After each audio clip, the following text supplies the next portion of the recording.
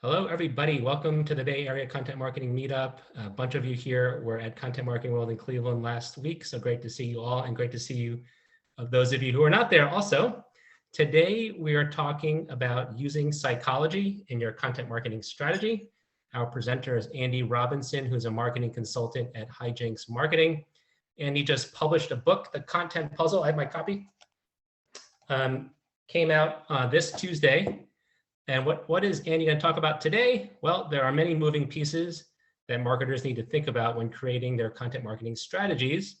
From competitor research to audience segmentation and distribution channels, putting it all together can be daunting. Andy's going to talk about why we should include one more piece, audience psychology, in this puzzle. And again, she just published The Content Puzzle. It's available, I believe it's available on Amazon, and I'll put another link where you can get buy the book. So Andy, thanks for joining us, and take it away. Sounds good. I'm going to share my screen. Okay. Can you guys see the slide? We don't see your screen yet. You don't. Okay. Let me try this again. Oh, screen to share. Okay. Yes. There we go. We see your background. Yep, there we go. We see it. Okay, we're all good now. Okay. You guys might have noticed I really like the color purple. Which was also one of our brand colors with the shirt.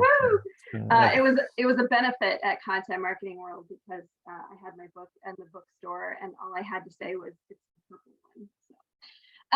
So the title of my puzzle is The Content Puzzle, or the title of my book is The Content Puzzle and the Missing Piece. I'm going to give you a little bit of some highlights today. I'm going to focus on kind of one section, but I'll go over some of the other sections as well. So why equate content marketing to puzzles? Some people visualize content marketing as a cycle or as a checklist. I see it as a puzzle with many different pieces that really need to be fit together to create that picture that you want to form with your marketing. In the book, there are 3 sections. I'm going to touch on the first section briefly, which are the puzzle pieces.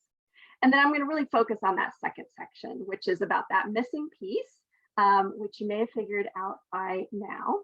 And the last section in the book, I'm not going to review too much here. I have to leave something for you guys to read, but it's just pulling all of the pieces together, including that missing.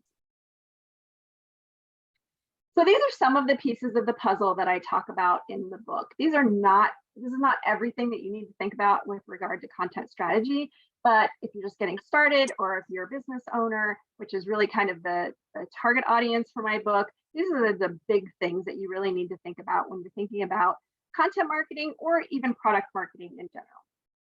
Many of these are related to strategy, and last 4 are related to operations. I'm going to go briefly over the pieces in this first section with this audience, content marketers for the most part. I think this first section is probably not new information for you, so I'm going to go briefly through it. But first off, goals. Obviously, you want to keep these aligned to your strategy and make them smart. Hopefully, everyone knows what SMART goals are. I go over several other frameworks in the chapter related to goals that you can use when developing your strategy. Second is audience. Really identifying your target audience or audiences can be a challenge for some people. Sometimes who you think is your audience isn't really the group you should target. So in this chapter, I go over customer journey mapping and developing personas. I also discuss different types of customer data. The next one is channels. Are your customers on social media?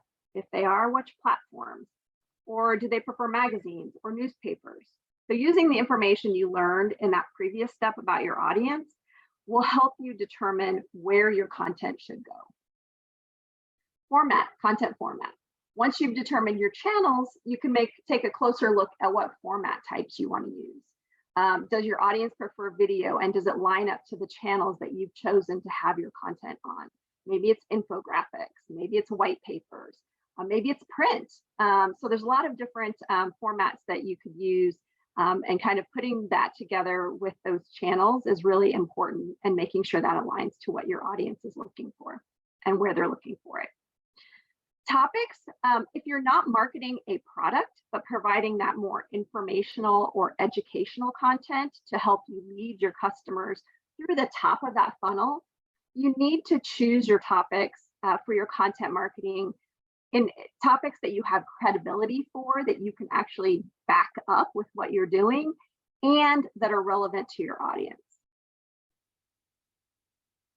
I talk a little bit about brand. So whether it's your visual guidelines or your brand voice, your content marketing should not conflict with your corporate brand. This might seem obvious, but I have seen content marketing campaigns that are not necessarily in line with their company overall brand guidelines. And this could be a problem when you're trying to eventually connect your thought leadership topics or your content marketing topics to your product, which inevitably we all want to sell products or services. Research. In this chapter, I go deeper into the topics of keyword research, audience research, social listening, and how that really plays into how you develop your strategy. And then we talk a little bit about roles. So like, who do you need to have on the team to run an effective campaign? And throughout the book, I talk about the difference between how these puzzle pieces look for small companies or small operations versus larger companies or large operations. I have been in both. I work for small companies with my consulting business here in Indianapolis, and then I work during the day. My day job is doing global content marketing for a global agriculture company. So I see both sides of the equation, and so it's very different, the pieces of the puzzle that you need to have in place for one or the other. And then what tools are needed. Some of you who know me well know that I manage a lot of platforms. And so I talk a little bit about what tools are needed, whether they're owned by the company or by an agency. Most of ours are in-house, but maybe for smaller companies, they're relying on agencies to have these tools in place. So what are all of those platforms, categories that you need to have in place, and some ideas of examples. And then lastly, budget. So what do you need to consider in your budget for creating a campaign, whether that be software, people, ad spend, content creation, all of those things, and how does that affect your budget when it comes to creating campaigns? I'm sure any of you who are freelancers have had, customers or clients come in and say, I want to run a big content marketing campaign for $1,000, right? So what is the budget that really needs to go into that? And then after all that, I discuss kind of measurement success and what metrics are common across all of the major channels, and how what you might want to look at when determining success of your campaign. So now onto the part you've been waiting for, the missing piece. You like that suspense? One of my MBA professors used to say that marketing is an applied social science. So what does that mean? It means that marketing is a science with real world implications and applications that can impact our daily lives. So this is often the missing piece of the puzzle that businesses don't consider when developing their brand or creative content. You can create content that aligns with your strategy, targets your specific audience, and meets your goals. But if your human audience doesn't connect with you, have to remember these are humans, you risk not making the impression that you aimed for with your content marketing. So let's start with personality, which is highly influenced by psychology. There are many different personality type models, which I go over in the book. DISC, Myers-Briggs, Insights. You've probably taken one or more of these at some point in your career, particularly if you've worked for a big company. But all of these major models really follow the same 4 personality types. And I'm going to go briefly over these. And as I go through them, think about how this can help you in your marketing. So the first one is type A. This personality type tends to want to be in control of themselves and their environment. They're goal-oriented, they're pragmatic, they embrace change. So this is important if you're trying to get your audience to change the way they think. Type A personalities are open to change. They tend to be entrepreneurial and ambitious, and they're highly competitive. So maybe you want to think about gamification for people who are in this personality type. Was there a question? Okay. Type B personalities are outgoing. They like to be the center of attention and are good at building relationships. They tend to be enthusiastic. They have many friends and are influential among their peers. So if you're thinking about building an advocate network, type B personalities might be good people to look at. And they're fairly lighthearted. Type C individuals, their traits are being detailed oriented. They enjoy control and stability. They value accuracy over speed and logic over hyperbole. So maybe you leave out the fluff in your marketing for this personality type. They tend to be less emotional than other personality types and prefer to be around people of the same personality type. They don't like flash or drama. They're pretty even keeled. Type D personality are people who exhibit this type D personality traits don't like to be the center of attention. They favor stability over chaos and repetition over surprise or instability. So they don't like chaos. I am not a type D, or I'm partly type D personality. Much like the type C personalities, they follow the rules and they fear the unknown. They work under the radar, but they value fairness and they're dependable and they're trustworthy. I'm going to take a minute here because I see there's some questions. Oh, maybe not. Okay. Okay, so those are the personality types. So how do we use these in our marketing? You're probably saying to yourself, that's great, these personality types. Maybe you're thinking about your own personality type when I was going through this, but you really want to be thinking about your audience's personality type. You can use the information that you know about your audience to help determine what content types and channels might be best for them. You probably know more of this information about your audience than you think. You're just not putting it into practice. And I think that's where most people, they look at their personas and they look at, the information about their audience, but they don't take into account that psychological aspect. Let's say you sell a service that is valuable to small business owners. Individuals who start their own businesses tend to be strong personalities with creative visions. They're goal-oriented and have an entrepreneurial spirit. They tend to be in that type A category. They like to connect with others and know what they want. Their buyer journey is likely shorter because they don't have much time to research. They want to find information in a few different places, but those may vary by individual. So once you have their attention, you're likely to keep it. They're often open to change if you prove why your product or service is better, because they're laser focused on improving their business and beating their competition, right? They're very competitive. Remember, that was in the description for type A. You'll want to place an emphasis on a few strategic channels to reach these individuals. Then test to make sure your target channels are yielding those results that you want. Let's go over another example. Let's say your company sells greeting cards and other paper goods like notebooks and notepads. These types of products are typically used by individuals who are planners by nature.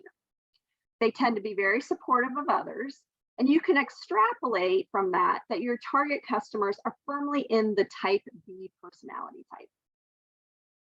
People with this personality type take their time when researching a product. You will likely need many more touches along their buyer journey before they decide to make a purchase. You might want to focus on your organic keyword strategy because they will do a lot of searching online. You should also look at your email strategy because this personality type will want to see tailored information, and a lot of that can be done easily through email marketing. So these are just two examples, but hopefully you're starting to get the idea, right? You can use what you know about your audience and extrapolate their personality type, and then match that up with the characteristics of that personality type to determine what channels, what formats, what messages, all of these types of things for your marketing. I'll also note that if you do, or if you're a B2B marketer, there is a fun little tool. I don't know if anybody's heard of it. It's called Crystal Knows, and it's a plugin used with LinkedIn. It's for a Chrome plugin. It will evaluate the data on someone's LinkedIn profile and give you a probable personality type match. And it uses the DISC model to produce the results. And I ran it on my own profile, and this is actually in the book, this screenshot. So it says I'm a D driver, which is what I mentioned earlier. And it gives you an idea of their behavior and what's kind of how to interact with them. So in this one, it says you want to keep the pitch short, direct, and casual. Don't bring in unnecessary information. Focus on exactly what matters. And this is very true. I got this result and I was like, wow, that's really close. It says good at prioritizing personal career advancement, motivating, driving others with action. All of this is like dead on. I don't know, maybe I'm just like very readable, but and I work with a sense of urgency, make decisions quickly. So if I were emailing a driver like myself, these abbreviations were appropriate. And this goes on and on and on, right? So this is just one screenshot. But I think you get like, I don't know, 3 or 5 scans for free. And then you have to pay after that. But I thought it was a pretty cool tool. So I wanted to tell you guys. Another area where psychology plays a big part in marketing is with our senses. So according to Discover magazine, the brain power needed to process sight takes up about 1/3 of our brain. So sight allows us to connect with our surroundings, and marketing relies on visual content more than anything else. So therefore, it makes sense that we would want to consider the sense of sight in our marketing campaigns. What about taste? Let's say you're in a restaurant and you take a bite of something that will remind you of a meal your mom used to make. It brings back memories and it evokes emotions. Or you're in a grocery store and they're offering samples of a new product. Why? Because taste is also a powerful sense. Again, not relevant in every situation. You may not have a product that requires taste, but if you do, you're going to want to give people what they're asking for. When people hear a sound, whether it be a music, voice, an alert on your phone, it will often conjure up an image in their minds and cause an emotional reaction. So how can we use this in our marketing? So let's say, for instance, you're creating videos. Make sure that your music makes sense with the visuals. And a lot of what we talk about when we talk about psychology and marketing is when there's a disconnect, right? So if your visual or if your sound over doesn't make sense with the visuals, it's going to cause your audience's brain to glitch a little bit because it's not going to make sense. And then your message is not going to be able to get through. Smell. Have you ever walked into a store that sells a lot of candles? The smell can be overwhelming for some people, but for most people, it's a major driving force behind the time that they spend perusing products. They will linger longer if it's a smell that is familiar to them, that evokes positive reaction and emotion in their brain. So smell can be a powerful one as well. Walk into a restaurant, even driving by some restaurants, those who are, steakhouses and things like that, you just smell the smell. And for most people, it's like, oh man, that smells so good. And then lastly, touch. So why do people flock to local boutique stores that sell toys, books, and gifts? Other than wanting to support local businesses, in many cases, these stores will allow you more freedom to get up close and personal with the merchandise. You can touch things, you can play with them, you can see how they will look or feel on you. And so that sense of touch is also a very powerful sense that we can use when appropriate in in-person marketing. So this is one of J.K. Kalinowski, for those of you who don't know, who's the creative director for Content Marketing Institute. This is one of his favorite topics of mine is psychology and fonts. I am a little bit of a font nerd, an addict. I don't know what to call myself, but I don't know how many now, probably 1,500 fonts on my computer. Guilty as well. Right. The fonts that you choose can determine how people connect with you.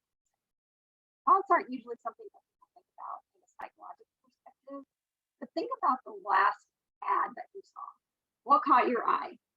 Probably the colors, the images, the words, but were those words easy to read?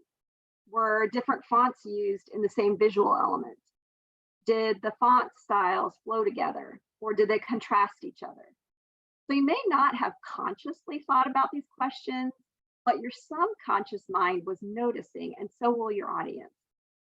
So gone are the days of those complex, ornate fonts used in branding and visual. I think we've all seen this trend that big companies are changing their branding and making it more simplified, and that includes the fonts. So consider the difference between these three fonts.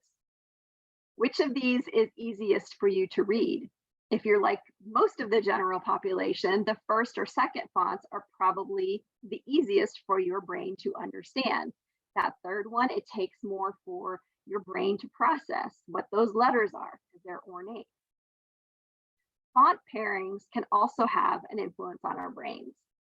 So do some of these examples look better than others? Can you put your finger on why? If your font pairings are not cohesive to the eye, just like I was talking about a few minutes ago, it will interrupt the message going through to your audience's brains because it causes your brain to stumble a little bit because you know that something doesn't look right and it's really hard to put your finger on. So what is your favorite color? Obviously mine is purple, but why is that your favorite color? I kind of know why purple is my favorite color, but it's such a personal choice that it can be hard for marketers to address this in their marketing. Color can be used to attract attention, to help with memory, to inform the viewer. Even just thinking about a certain color can evoke emotions. So knowing what specific emotion you want to evoke can also play a factor in what colors you use. If you want to elicit feelings of joy or happiness, you might want to choose yellows or bright reds. If your content is meant to be thought-provoking, you may want to use richer, darker hues. There are millions of different colors, but almost all of them are derived from a handful of basic colors, these right here. So let's go through these colors quickly and talk about how they can tickle the brains of your audience. The first is red. Red is in the warm color palette and can elicit different emotions depending on how bright or dark the red is that you're using. You use a bright red, it can be a happy color. It can also be a warning color, right? Think about red lights. Or if you're using a darker red, it could be, like I said, more thought-provoking or serious. If you're trying to exude happiness and energy, orange is a color you might want to include in your designs, or if you're going to content marketing world, everything there is orange. You might want to include that. Yellow is another color that can be both bright and happy, or have make people have a feeling, a sense of urgency, right? So you think green, yellow, red, and that's kind of built into our brains. Green is an acquired taste when it comes to emotions. Most people either love it or hate it. It can be refreshing and clean. Many people think of life or health or the environment when they see green. Blue is generally used as a calming color, particularly in a lighter blue color. Again, depends on how bright or dark the blue is that you're using, but generally blue makes people think about security and serenity. So a lot of times when you're in a situation or a store or an office where they want people to be calm, they'll use blue throughout the decor. Purple is called the royal color as it is associated with wealth and decadence. So lavender can be used in conjunction with other lighter hues to evoke feelings of the season of spring and of calmness. If you're using those brighter or darker colors of or variations of purple, again, the feeling of opulence and richness is exuded from those darker colors. Brown is often used to showcase warmth and nature. It makes people think of the earth, particularly in combination with greens and oranges. Black can be used in many different ways, white as well, but black can be incorporated as an accent color, maybe to separate parts of your design. It can also be used to evoke those feelings of mourning or sadness. And in some cases, much like purple, black can elicit thoughts of the luxury and opulence. White can be used to highlight other colors and add negative space to your design. It can make your audience feel calm, depending on how it is used, and it can invoke feelings of cleanliness and organization. So you can see, depending on what you are trying to accomplish with your content marketing, even your product marketing, what colors you choose are going to have an effect on the psychology, the brain, the emotions of your audience. And you want to make sure that you're choosing those colors correctly. Let's pivot slightly to talk about emotions and marketing. There are a couple of ways that psychological emotion can play into your marketing efforts. The first is social proof. As a human being, when you see others in your social circles have an opinion on something, you give their opinion more weight. This is because those individuals are people that provide you with positive emotions. If your college roommate, for instance, comments on a Facebook post about a product, complaining that they did not like that product, you are less likely to purchase the product, even possibly purchase anything from that company. So again, goes to that influence, that social sphere, but social proof is generally what we call it.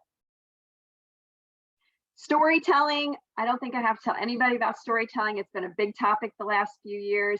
I would argue there's been really no bigger shift in marketing in the past 10 years or so than the swing from talking completely about the benefits of products and services to trying to tell a story about where those products and services fit into the lives of our customers. Why is that?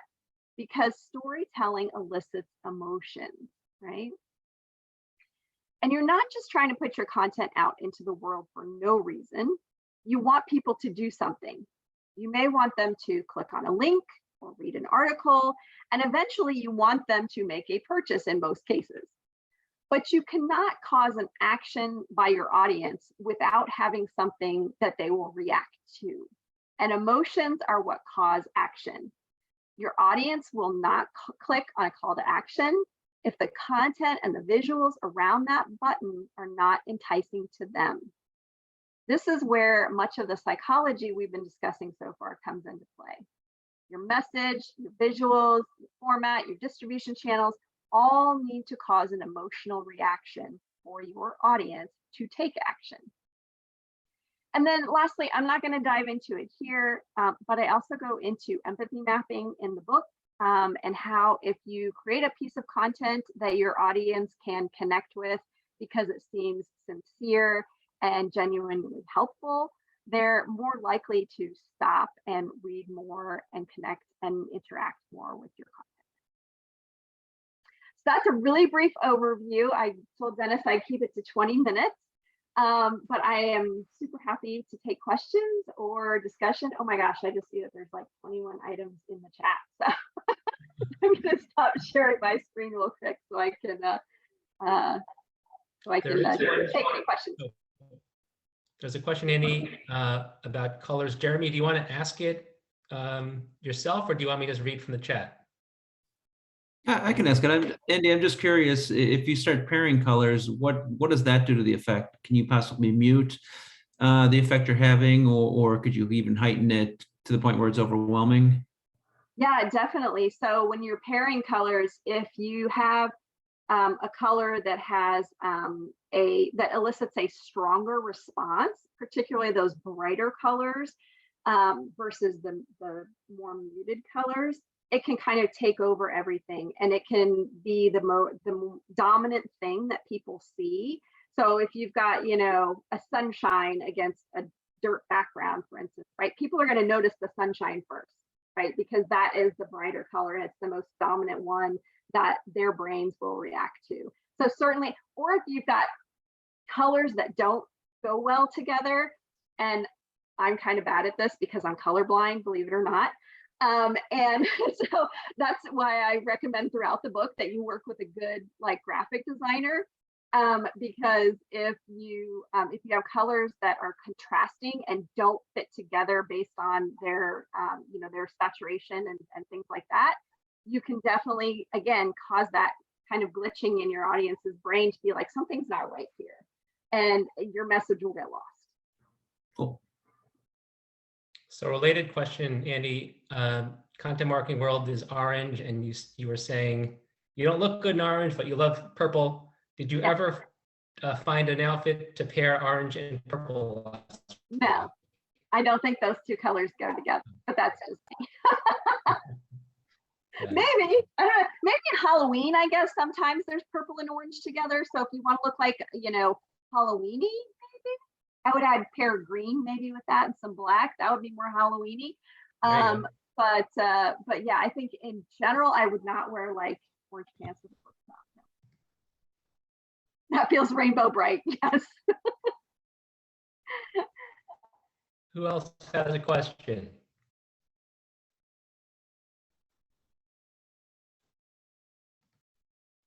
So I guess, Andy, for Shrudi's benefit, tell us a little bit about the journey of publishing a book, and give tips for people who have not published a book yet but want to.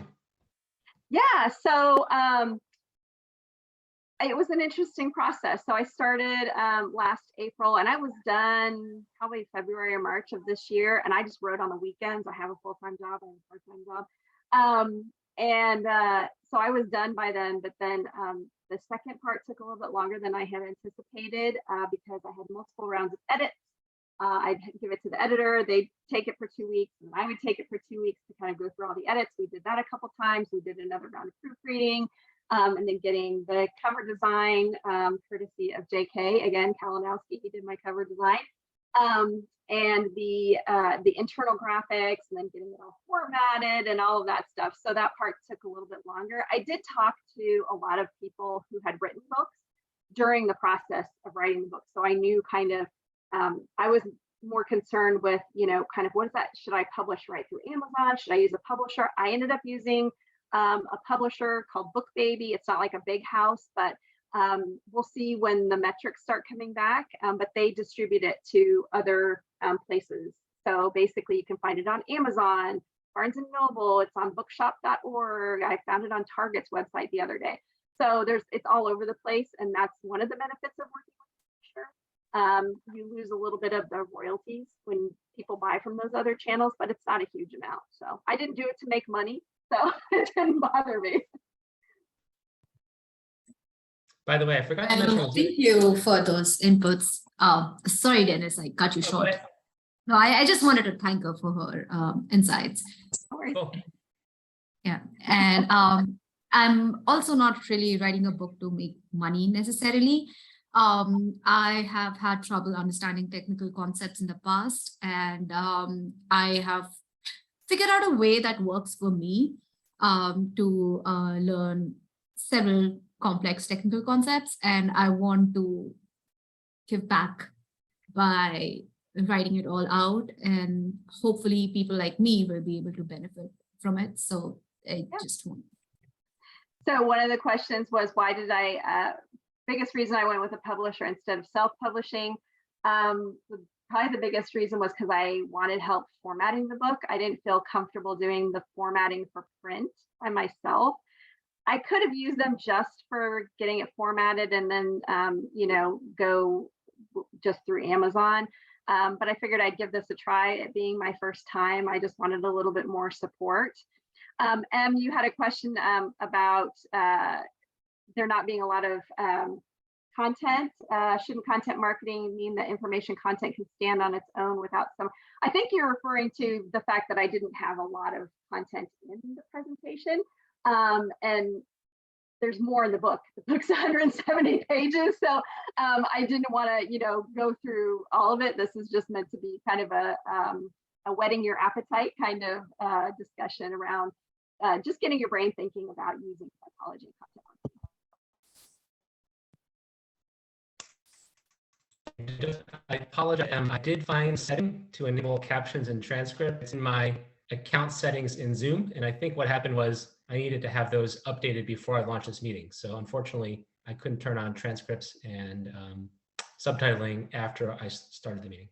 I forgot to mention, we are giving out 5 free copies of Andy's new book. So as soon as we're done with this Q&A, which should be in a few minutes, I have the winners picked out. So stick around if you can, because you might be a winner.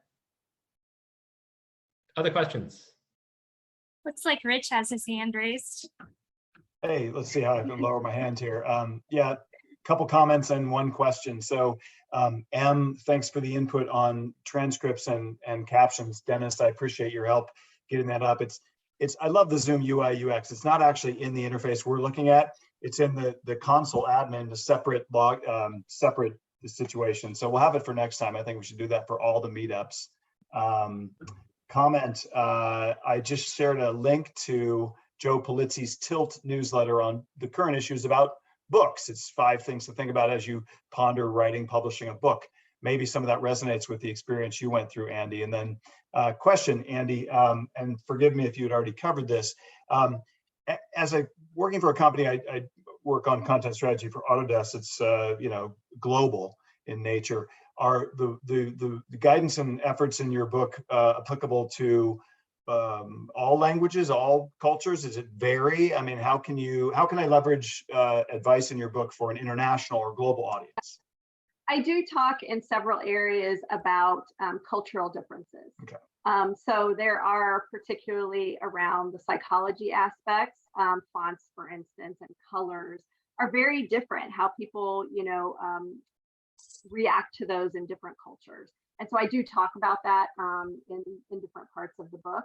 I work for a global company as well, as you know. So, we are constantly trying to make sure that we are, being true to all of the people who would be interacting with our content. Thank you. Sure. Ashley, do you have a question? She's got her hand raised. I do.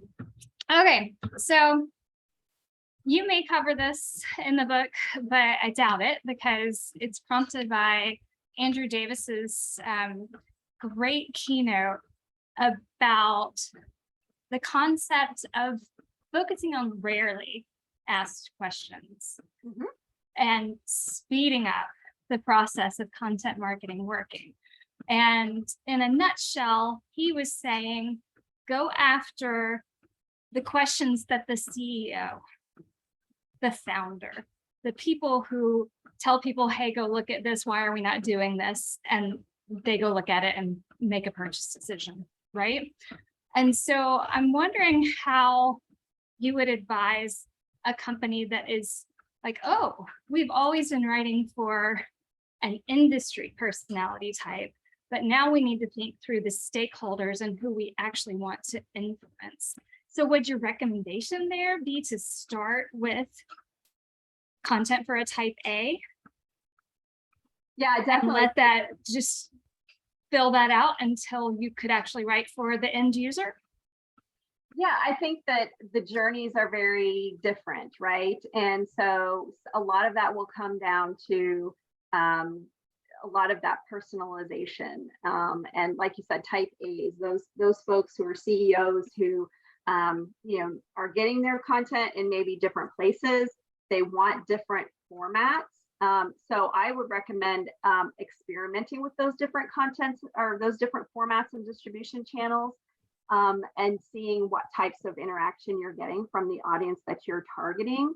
And then it would likely go, along with the, you'd have to start kind of slowly moving down the rungs to those people who are, going to be making those purchases and things like that, to make sure that they're, that the content that you're giving to them is appropriate for them. And it's not just, your content types, your content formatting, but it's the messaging too, right? I mean, like, CEOs want very quick, they want to know the facts, they want to, those executive type people they don't have time for that other stuff. Where those people who are maybe making those purchases decisions are more thoughtful. They maybe feel more sense of ownership of what the decision might be. So you're going to need to give them more information so you can build upon that.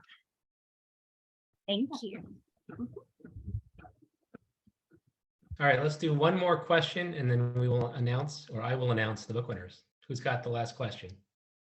No pressure. It's Michelle's cat.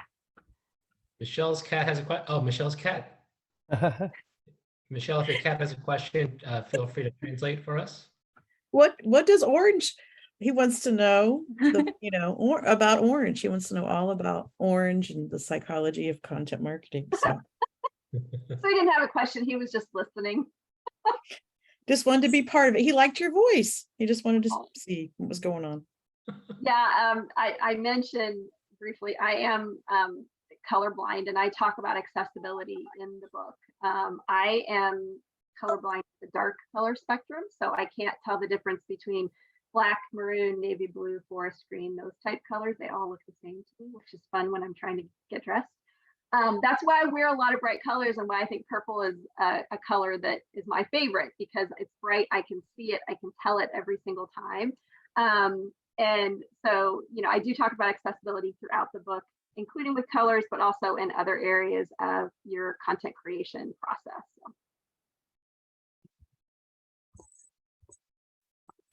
Yay. All right, last call. Any final question besides And Michelle? I'm all over social media, so if you guys have questions, you can ping me or give me a shout out on social media, and I'll answer anything. Go follow her on Twitter. That's right. Yes. Go follow me on Twitter. I Help me just reach did. my goal of 1,000 followers by Christmas. So I got a question. Yeah. Will you write another book? I've been asked that question many times. Maybe. I actually started writing a young adult novel about 10 years ago, because writing a book has always been on my bucket list. And life got in the way. I had, my kids were younger then. I'd love to write a children's book, maybe a young adult novel, maybe another business book, maybe, I don't know. After writing the book, I don't want to write another thing for a while. I am not a writer by trade. And so it was a labor of love over anything else. Too early to tell. Yeah. Ask her in 10 months. Just one final, it's very quick question, because you probably know roughly like how many words are in your book and how long did it take you to write it? Yeah, so it's about 40,000 words. So including the graphics and everything, it's about 170 pages. Yeah. Here, 6 by 9. And it took me, let's see, probably about 10 months, I think, to write it. But again, I was just writing on the weekends. Sure. I was, working during the day, and I sunset pretty easy, pretty quickly in the evening. Like after 5, I'm like, my brain's turned off. So the weekends, when I got my MBA, my kids were little, and I was working full time, and I got into this habit of going to McDonald's on Sunday afternoons and getting a big Diet Coke and some cookies and studying when I was getting my MBA. So I followed the same kind of habits. I'd go to McDonald's, or we have a local bookstore called Books and Brews, or McAllister's Deli, or so, I go all these different places on Sunday afternoons, sometimes Saturdays, and I'd write, and the background noise kind of helps me write. And, so yeah. Okay, cool. You would know way too much about me now. Well, Andi, thanks so much for McDonald's is the best place to get a Diet Coke. Joe is correct. Yes, let's see. In East Cleveland, I think. So Andi, thanks so much for joining us, and best wishes with the book. Awesome. Along with the book today. Thank you so much.